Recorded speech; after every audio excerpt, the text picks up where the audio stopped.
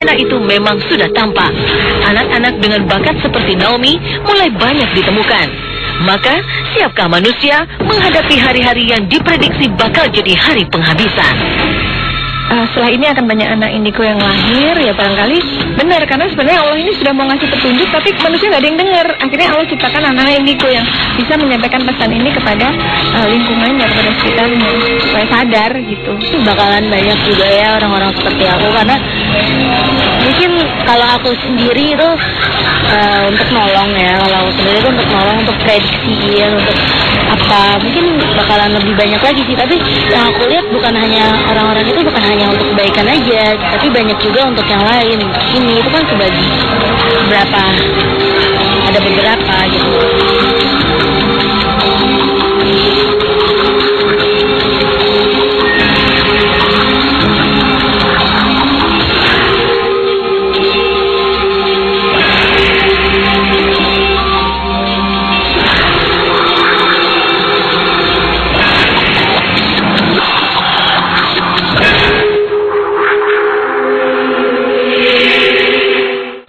Dari lahir, dari kecil juga udah pernah denger dong kalau misalnya kiamat itu akan terjadi. Cuma kan sekarang itu terdengar isu kalau kiamat akan terjadi di tahun 2012 katanya. Aku menghitung waktu perjalananku. Ya, semua mendengar isu bahwa kiamat sudah dekat. Tepat di penghujung tahun 2012, maka musnahlah segala yang ada. Dan sebagai manusia, semua hanya mampu bercermin diri bagaimana seandainya kiamat 2012 benar terjadi. Lepas dari segala pro kontra dan debat hebat para pakar, rohaniawan dan paranormal, akhirnya budi dan nurani saja yang mampu jadi jalan tengah. Kadar keimanan menjadi taruhan. Dan siapa berani mengangkat muka, bermegah diri di hadapan Sang Pencipta dunia? Begitulah pantulan hati para selebriti kita. Adli Fairuz kian rindu pada panggilan cinta kasih ilahi. Adli sadar dirinya mesti banyak beribadah dan bertindak mulia. Nuri Maulida juga langsung berkaca diri. Dan betapa ingin gadis cantik itu lepas dari ikatan dosa. Ya Allah, banyak dosa. Masya Allah. Ya paling gitu aja sih. Ketakutan karena ya Allah, aku makin besar kan berarti makin banyak kesalahan, dosa yang mungkin nggak aku sengaja aku lakuin, kita nggak tahu kayak gitu paling yang paling ketakutan itu aja sih. Itu sebagai motivasi gue untuk makin rajin dalam beribadah, terus dalam menyayangi sesama gitu. Itu nggak gue pikirin jadi patokan, karena kalau misalnya patokan jadi parno sendiri kan. Refleksi diri bukan monopoli mereka saja. Pesinetron Teguh Wisnu sudah membayangkan panasnya api neraka dan indahnya Taman Firdaus. Dengan bekal kesadaran semacam itu, Wisnu ingin mengarahkan diri pada keindahan surgawi. Namun tentu saja, Wisnu mesti membayar surga yang diinginkannya. Beramal soleh, itulah harga yang mesti diupayakan oleh sang pesinetron. Lain lagi dengan Saskia Adia Meka. Gadis berkerudung itu selalu dihantui bayang-bayang kematian. Dengan demikian, kesadaran akan berharganya hidup yang tumbuh di jiwa. Akhirnya, ada satu kunci saja menghadapi kiamat yang mematikan, yakni siapkan diri. Ya dengan itu aku selalu ngambil positifnya aja. Dengan ada orang gembar-gembor kiamat 2012, itu kan lebih mengingatkan diri kita akan kematian terus-terusan gitu kan. Dan Allah bilang orang yang paling kaya adalah orang yang selalu ingat kematian. Neraka ada, surga ada gitu. Ada efeknya gitu. Kalau misalnya orang atau ada neraka surga, orang kan bakal berbuat jahat aja, gua masuk neraka, tapi kita rasain aja efeknya.